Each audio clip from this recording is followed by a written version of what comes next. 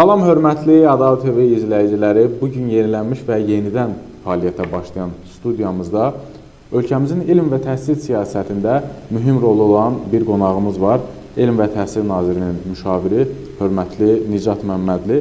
Onunla birlikdə bugün sizə təhsil sistemində baş verən yeniliklər, qarşıda duran çağırışlar və gələcəyin təhsil modelindən danışacağıq. Nicat müəllim, xoş gəlmişsiniz studiyamıza. Xoş görmüşük, təbrik edirəm. Təşəkkür edirəm Nicat müəllim, elə dəvətimizi qəbul edib gəldiyinizə görə və ilk sualımız ümumi istiqamət barədə olacaq sizə. Son illər ölkəmizdə aparılan təhsil islahatlarının əsas məqsədi nədir və biz hansı belə deyək, məktəb modelinə doğru gedirik? Ümumilikdə təhsil islahatları barəsində danışsaq, təhsil islahatlarının qiymətləndirilməsini adətən bir neçə istiqamətdə nəzərdən keçirmək olar da. Yəni biz ən vacib məsələlər nələrdən ibarətdir? Təhsilin əlçatarlığının artırılması, təhsilin səmərəliliyinin artırılması və eyni zamanda təhsilin keyfiyyətinin yaxşılaşdırılması. Yəni bütün bu istiqamətlər üzrə, bu çox ümumi istiqamətlərdir sözsüz ki, və bütün bu istiqamətlər üzrə təhsil sahəsində islahatlar aparılır. Əlçatarlıq istiqamətində aydın məsələdir ki, burada daha çox deməli təhsil alanın birincisi təhsilə çıxış imkanlarının təmin olunması. Burada daha çox söhbət ali təhsildən gedir yəqin ki, çünki bizdə adətən belədir ki, orta təhsildə, ümumi orta təhsildə potensial əhalinin demək olar ki, 99% təhsilə cəlb olunmuş şəkildədir. Amma eyni zamanda nəzərə almaq lazımdır ki, burada da müəyyən çətinliklər deyək ki, ucqarlı yerlərdə olan müəllimlərlə təminat və s. ki, bu artıq digər məsələlərdir. Dediyimiz kimi ikinci vacib məsələ təhsildə səmərəliliyin artırılmasıdır. Səmərəlilik məsələsi adətən təhsilə giriş verilənlərlə çıxış verilənlərin arasındakı balansın tapılmasından ibarətdir. Məsələn, dövlət nə qədər resurs xərcləyir təhsil alanlara və təhsil üçün və bunun müqabilində biz nə qədər keyfiyyətli təhsil ala bilirik məsələsidir.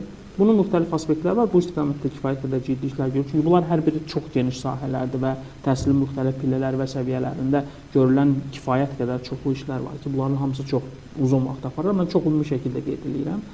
Digər məsələ isə dediyimiz kimi keyfiyyətin artırılması məsələsidir. Bu ən vacib məsələlərdən biridir. Bütün istiqamətlərdə, bu istiqamətlərdə kifayət qədər işlər görülür.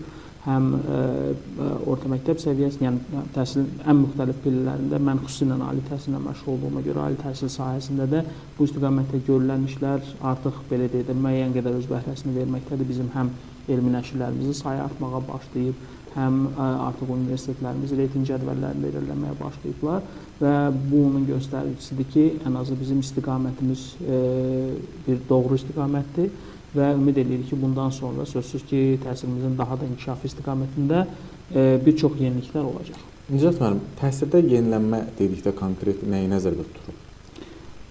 Biz yenilənmə dedikdə əslində, baxın, burada bir neçə məsələlər ola bilər də. Bir məsələ ondan ibarət ki, təhsil nisbətən konservativdir, amma eyni zamanda həm də dünyada baş verən müxtəlif trendlər var.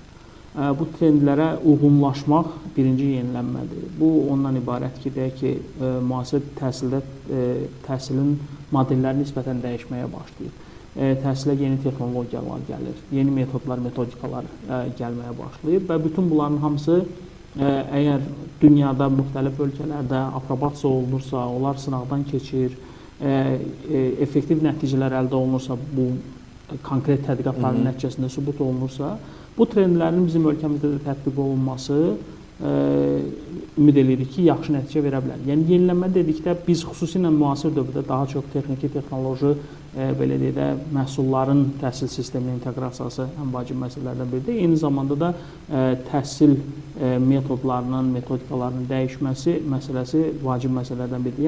Yəni, müasir dünyamızda baş verən trendlərdən kənarda qalmamaq ən vacib məsələlərdən biridir. Əgər biz bununla uyğunlaşa bilsək, sözsüz ki, bu bizə də fayda gətirmiş olar. Bəs universitetlərdə elmi fəaliyyətlə bu praktik təhsillər, yəni praktiki təcrübənin birləşməsi hansı mərhələdədir?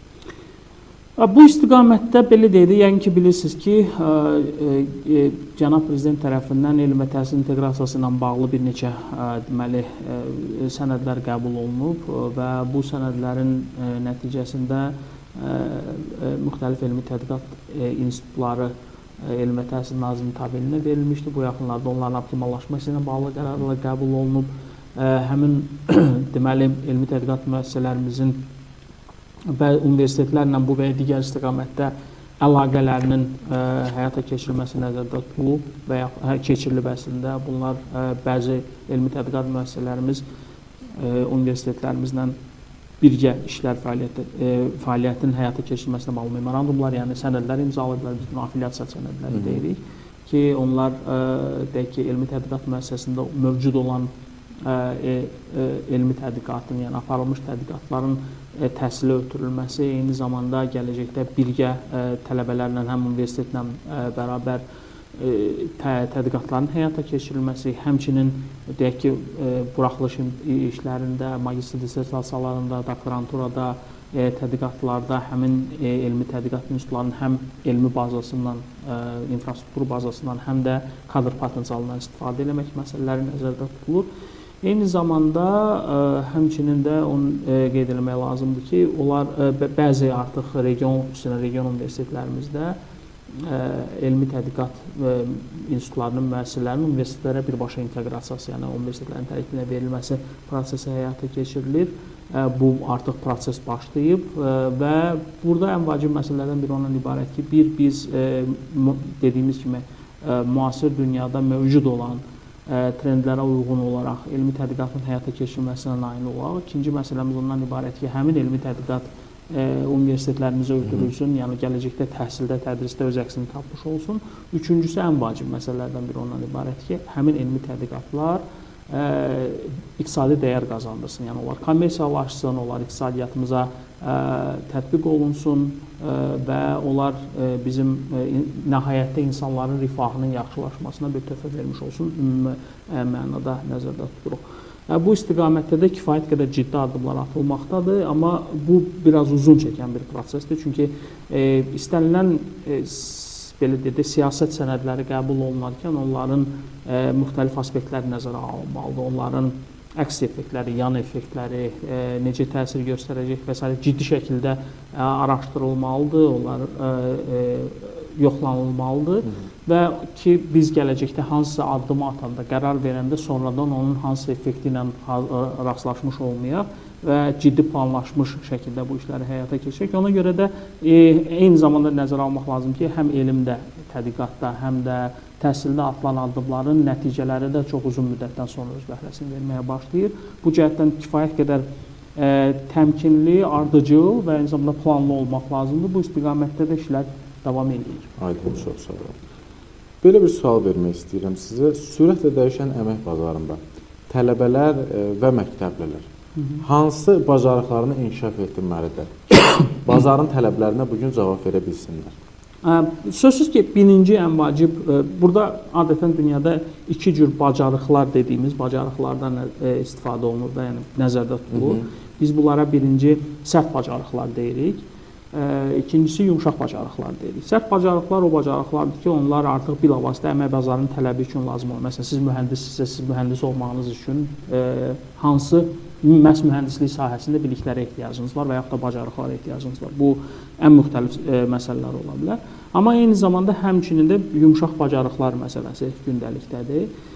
İstər orta məktəbləri bitirdikdən sonra, istər ali məktəb bitirdikdən sonra hər iki bacarıqların olması çox vacib məsələlərdəndir. Xüsusilə son dövrlərin hesabatları, məsələn deyək ki, Dünya İqtisadi Forumunun hesabatları, ola bilirsiniz, hər il dünyada işlərin gələcəyi ilə bağlı hesabat dərc edirlər və bütün hesabatlar onu göstərir ki, düzdür, sərt bacarıqlar çox vacibdir, çünki əmək bazarının tələblərində xüsusilə mühüm məsələlərdən biridir, amma gələcəyimiz texnoloji inkişaf, süni intellektin inkişafı ilə bəzi işlərin hətta ortadan qalxması və s. məsələləri gündəlikdə durur. Eyni zamanda ən vacib məsələlərdən biri insanların o yumşaq bacarıqlarının kifayət qədər yaxşı olmasıdır ki, o yumşaq bacarıqlar insanı insan eləyən, onları gələcəkdə soft skills dediyimiz məsələlər, onları belə deyək də insanlarla ünsiyyət və həmin o bəşəri münasibətlərin qorunub saxlanması üçün ən vacib məsələlərdən biridir və xüsusilə də əmək bazarda, müasir dünyamızda buna kifayət qədər çox üstünlük verir. Həm orta məktəblərdə, həm ali məktəblərdə həmin o alınan biliklər, bacarıqlar bu istiqamətdədir və bu istiqamətdə də daha çox ünvanlanmalıdır, yönəlməlidir sözsüz ki. Burada indi çoxlu sözsüz ki, fikirlər var, tendensiyalar var. Biz ümumiyyətlə harda nəyi, hansı bacarıqları daha çox üstünlük verməliyik? Məsələn, sözsüz ki, orta məktəblərdə bilirsiniz, bizim bu son 10 illik ərzində yeni metodologiyadan da, yeni proqramdan istifadə edirik, kurikulumlar. Bunlar daha çox, belə deyək də, alınan biliklərin həyatda necə tətbiq olunmasını daha da reallaşdırmaq üzərində qurulan, deməli, yəni real həyatda bizə lazım olan məsələlərin öyrənilməsi üzərində qurulmuş məsələlərdir. Yəni biz biliklərimizi həmçinin real həyatda necə tətbiq edə bilərik. Düzdür, bunun müxtəlif çətinlikləri var. Bu barədə kifayət qədər çox danışılır. Həm ictimaiyyətdə, həm ekspertlər arasında, həm bizlərin arasında kifayət qədər çox bu məsələlər müzakirə olunur. Eyni zamanda da ali məktəblərə də gələndə eyni proses burada da baş verir. Burada da bir neçə məsələ ortalığa çıxır. Birinci ondan ibarət ki, ali məktəblər sözsüz ki, əmək bazarı üçün kadrlar hazırlanmalıdır. Amma eyni zamanda ali məktəbin funksiyası həm də yaxşı vətəndaş yetirməkdir, iştirakçı vətəndaş yetirməkdir və bu da ali təhsilin funksiyalarına daxildir. Yəni, bu istiqamətdə biliklərin və bacarıqların formalaşdırılması günün aktual problemidir, məsələsidir. Və həm universitetlər, həm də belə deyək də, orta təhsil səviyyəsində də bu məsələlərə diqqət yetirilir. Nicat müəllim, tələbələrdən danışdıq, abituriyent məktəblilərdən danışdıq, istəyirəm biraz da müəllimlərdən danışaq. Sizcə süni intellekt və texnologiyalar dövründə müəllimlik peşəsinin rolu necə dəyişəcək? Mənə elə gəlir ki, baxın, mən bu barədə bir dəfə demişəm, bir neçə dəfə daha əslində demişəm. Mənə elə gəlir ki, müəllimlik peşəsi, düzdür, müəllimlik peşəsi bütün hallarda texnologiyanın inkişafı ilə müəyyən transformasiya uğrayacaq. Çünki müəllimlər nə qədər yeni texnologiyalardan istifadə edirlərsə, bu dərsin keyfiyyətinə təsir edəcək. Yəni, klassik anlamda gəlib otağa girib, dörd divar arasında hansısa dərsin birbaşa müəllim tərəfindən izah olunması və yaxud da leksiya şəklində həyata keçirilməsi, bu, yəni təhsil müxtəlif pillə və səviyyələrindən asılı olaraq, bu cür bundan sonra işləmir. İndi də işləmir əslində. Bundan sonra da yəqin ki, çox ciddi dəyişikliklərə məruz qalacaq və nə qədər daha çox texnologiyanın belə deyək də, bizə verdiyi fürsətlərdən istifadə edə biləcəksə, müəllimlərimiz də buna daha tez adaptasiya olacaqlarsa, o təhsilin keyfiyyətinə daha çox təsir eləmiş olacaq. Sözsüz ki, bu belədir və biz bundan qaça bilmərik. Və artıq belə deyək də, texniki tərəqqi və tədqiqatlar da sübut edir ki, sözsüz ki, ən müxtəlif istiqamətlərdə, məsələn, deyək ki, bir metodikadan istifadə edib təhsil həyata keçirirsə, o yalnız gəlib dərsi danışmaqla məşğulsa, əgər onu vizual göstərirsə, onun daha tamamilə fərqli effekt olur. Audio-vizual göstərəndə onun tamamilə fərqli effekt olur və s. Yəni, bütün bunların hamısının çox ciddi əhəmiyyəti. Amma bütün hallarda müəllimin funksiyası, belə deyək də, ən vacib məsələlərdən biri müəllim həm də öyrənməni öyrətməlidir. Yəqin ki, bunda o insan, bəşərin funksiyaları və zərurəti hələ uzun müddət davam edəcək, çox uzun müddət. Çünki biz hələ ki, yəqin ki, bəlkə bilmirəm, gələcəkdə bu da olacaq, insanla ünsiyyətdən aldığımız zövqü robotdan aldığımız ünsiyyətdən zövqdən daha çox yəqin ki, üstün tuturuq. Bu həmişə belə olub, yəqin ki, bundan sonra da hələ uzun illər belə olacaq. Məsələn, bununla bağlı çox maraqlı bir кейsi sizə danışım, tarixi bir hadisəni, həm də maraqlı olsun dinləyicilərimizə. Deməli, səhv eləmirəmsə, Dostoyevski Puşkinin haqqında çox maraqlı bir mühazirə oxuyub Rusiya universitetlərinin birində və auditoriyada oturan adamlar o qədər çox belə enerji alıblar, yəni hamı çıxan çox ekstaz bir vəziyyətdə ki, nə gözəl mühazirə, yəni bu qədər Puşkin haqqında bu qədər gözəl danışan və s. heç vaxt olmamışdır.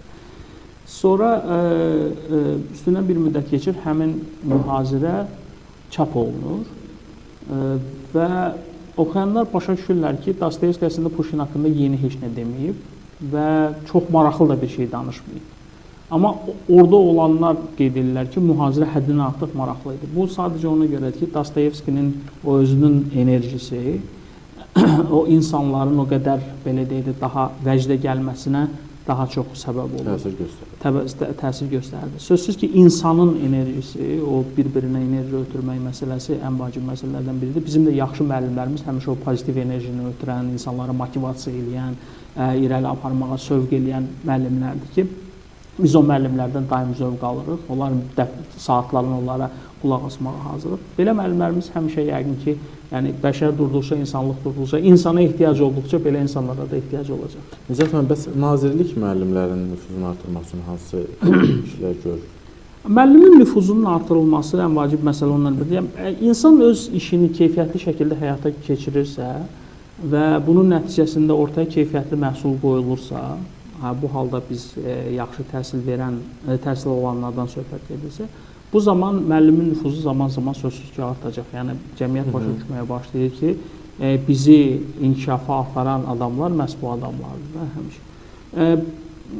Bizim bu istiqamətdə də ən vacib məsələmiz ondan ibarət ki, biz öhdəmizə düşən işi layiqli şəkildə görək. Yəni, təhsil, əgər söhbət Elm və Təhsil Nazirliyindən gedirsə, Elm və Təhsil Nazirliyi ən vacib məsələlərdən biri təhsil verənlərin keyfiyyətinin yaxşılaşdırılması. Keyfiyyətli həmişə qiymətli olur da. O da həm də nüfuza çevrilir, həm də belə dəyərə çevrilir və s. Ən vacib məsələlərimiz ondan ibarət ki, biz bu istiqamətdə müəyyən işlər görək. Təhsil verənlərimiz, yəni müəllimlərimiz daha keyfiyyətli müəllimlərimiz olsun, onlar zaman-zaman inkişaf eləmiş olsunlar bu müxtəlif belə deyək, təlimlər vasitəsilə və ümumiyyətlə işə qəbul vasitəsilə. Yəni indi biz müxtəlif proseslərin şahidiyik. Biz müəllimlərin işə qəbulu prosesini həyata keçiririk ki, o qəbul vasitəsilə biz daha keyfiyyətli müəllimlərin məktəblərimizə, ən az orta məktəblərdə dəvət olunmasını, işə götürülməsini təmin edirik. Bundan sonra müəllimlərimizin mütəmadi olaraq sertifikasiyadan keçməsi ki, daha keyfiyyətli müəllimlərimizə daha yaxşı, ən azı heç olmasa əmək haqqının təmin olması, yəqin ki, bilirsiniz də, daha yüksək bal toplayanlara daha çox əmək haqqının verilməsi nəzərdə tutulur və bütün bu proseslər ona yönəlib ki, müəllimlik həm keyfiyyətli olsun, həm daha yaxşı gəlir gətirən olsun və nəticədə daha keyfiyyətli məhsul əldə eləmiş olaq və bunun nəticəsində də cəmiyyətdə müəllimin də nüfuzu daha çox olur. Aydındır. Bəlkə də bir çoxlarını maraqlandıran bir sualı ünvanlamaq istəyirəm sizə. Müəllimlərin peşəkar inkişafı, dərs yükü, maaş sistemi ilə bağlı hansı yeniliklər planlaşdırılır? Mən daha çox ali təhsillə belə deyək də maraqlandığım və bilavasitə məşğul olduğum üçün bu sahədə olan müxtəlif məsələlərlə bağlı deyə bilərəm.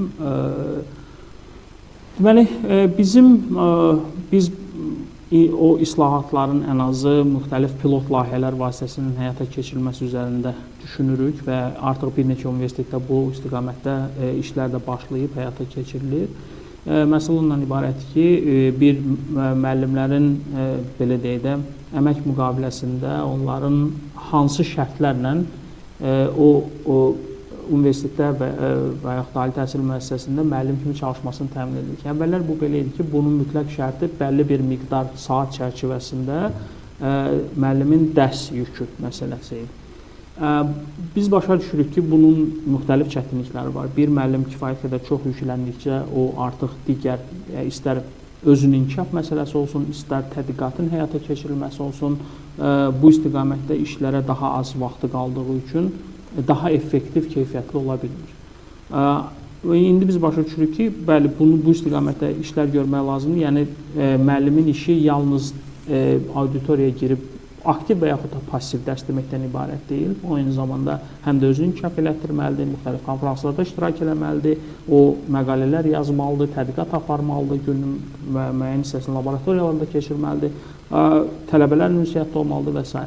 Və bütün bunların hamısından bağlı artıq o yeni sistemin formalaşması və islahat üzərində işlər gedir.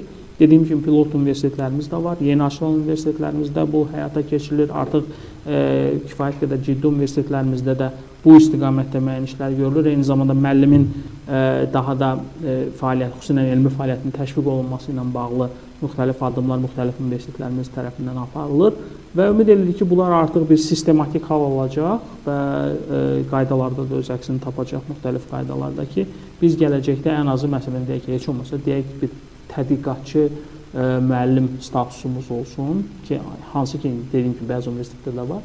O tədqiqatçı müəllim mütləq olaraq deyək ki, o 500 saat, 600 saat dərs deməsin eyni zamanda daha az dərs deməklə daha yaxşı deyək ki, tədqiqata töhfə versin və daha yaxşı da keyfiyyət maaş almış olsun.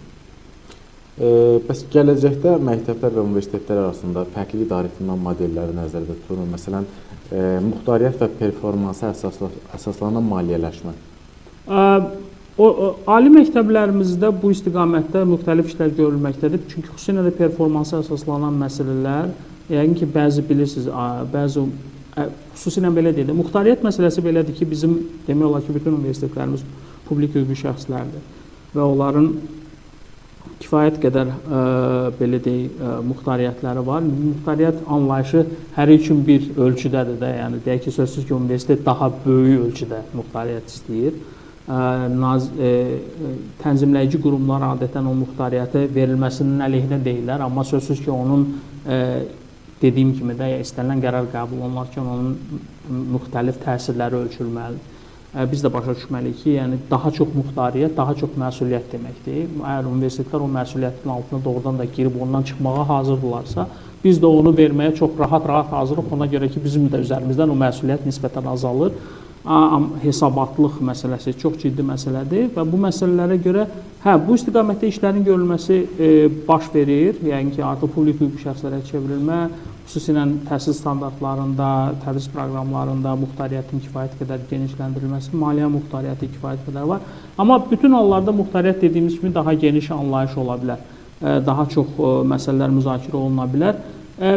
Bəzi universitetlər buna daha çox açıqdırlar, açığını deyək, yəni onlar daha çox istəyirlər və bunun üzərində də mübarizə aparmağa da hətta hazırdırlar. Bəziləri isə daha belə deyək, o səviyyədədirlər və yaxud da belə deyək, o pozisiyadadır, o mövqedədirlər ki, elə yaxşı olar ki, hesabatlıq və məsuliyyət daha çox tənzimləyən qrupunun üzərində qalsın, nəinki universitetin üzərində qalsın. Aydındır. Nicat müəllim, sona yaxınlaşırıq artıq. Mən istəyirəm sizə belə bir sual da verim. Tələbələrimiz üçün mütləq bunları oxumalısınız dediyiniz 5 kitab tövsiyəsi istəyərdik sizdən və səbəbləri mümkünsə. Gəlin belə danışaq da, mən 5 kitab deyəndə bu biraz çox imperativ çıxır, belə deyək də ki, siz mütləq gedin bu 5 kitabı oxuyun və bununla hər şey düzələcək məsələsi deyil. Mən daha yaxşı olar ki, istiqamətlər üzrə deyəm ki, məsələn, hansı istiqamətlər üzrə oxumaq və yaxud da hansı ən azı heç olmasa fərdi inkişafa kömək eləyə bilər. Bu həm bədii ədəbiyyat sahəsində ola bilər, həm deyək ki, elmi ədəbiyyat sahəsində ola bilər. Mənim xüsusilə daha çox sevdiyim kitablar ən vacib məsələ, xüsusi bu kitab sahəsində ən vacib məsələ ondan ibarətdir ki, biz başa düşməliyik ki, o kitab ki, bizim doğrudan da məntiqimizin inkişafına səbəb olur. Və bu nə anlamda? Baxın da, adətən maraqlı kitablar o kitablardır ki, o kitablar xüsusilə elm sahəsində kitablar. O kitablar hansısa səbəb-nəticə əlaqəsini ortalığa qoyur. Və bu bizim üçün bir belə deyək də bir kəşf olur ki, başa düşürük ki, aydınlanırıq ki, bu hadisə baş verir, bu hadisənin baş verməsinin səbəbi əslində bu imiş və biz heç vaxt bunu bilməmişik və yaxud da o qədərinə gəlib çıxmamışıq. Və ən vacib məsələlər ki, bütün bunların hamısı elmi təhlillərə əsaslanmalıdır. Nə qədər çox elmi baza varsa, elmi təhlil varsa, bu istiqamətdə yazılan bütün kitablar maraqlıdır. Mən sizə əmin edirəm ki, məsələn, deyək ki, əgər bir adam fizik deyilsə, o çox yaxşı bir fizikin, məsələn, bizim çox populyar kitablar var da, deyək ki, nə bilim, deyək, Michio Kaku'dan tutmuş, nə bilim, Penrose'dan tutmuş, kimlər olur olsa da bu adamlar ən populyar adamlardılar, deyək. Onlar, əgər biz hətta fizik olmasaq belə, onların kitablarını çox maraqla oxuyuruq, çünki əsasında çox ciddi elm dayanır. İçərisində hətta bir düstur olsa belə, biz çalışırıq onu necəsə o qədər gözəl başa salırlar ki, izah edirlər ki, yəni bu adamlar çox böyük adamlardılar da, yəni o elmin populyarlaşmasında. Yəni, elmə dayanan ən vacib məsələ, əsasında elmi tədqiqatın dayandığı, həqiqətən real elmlərə əsaslanan, bizim məntiqimizi artıran və bizə ən azı heç olmasa səbəb-nəticə əlaqəsini hansısa proseslərin arasında, səbəb-nəticə əlaqəsini başa düşməyə imkan verən, heç olmasa korrelyasiya əlaqəsini başa düşməyə imkan verən kitabları oxumaq məsləhətdir. Yəni bu istiqamətdə olar. Amma konkret kitab adı bu artıq çox imperativ olur. Mən bir dəfə bunu eləmişəm və başa düşürəm ki, bu adətən yaxşı effekt vermir. Aydındır. Hörmətli Nicatov müəllim, maraqlı və səmimi cavablarınıza görə sizə təşəkkür edirik. Gələcəyin təhsili barədə sizin baxışlarınız bir daha göstərdi ki, Azərbaycan təhsili yenilənmə və inkişaf mərhələsindədir. Hörmətli Adav TV izləyiciləri, bugün biz sizinlə təhsilin bugünü, sabahı və gələcəyi barədə danışdıq. Bizimlə izlədiyiniz üçün təşəkkür edirik. Növbəti efir saatlarında görüşənədək.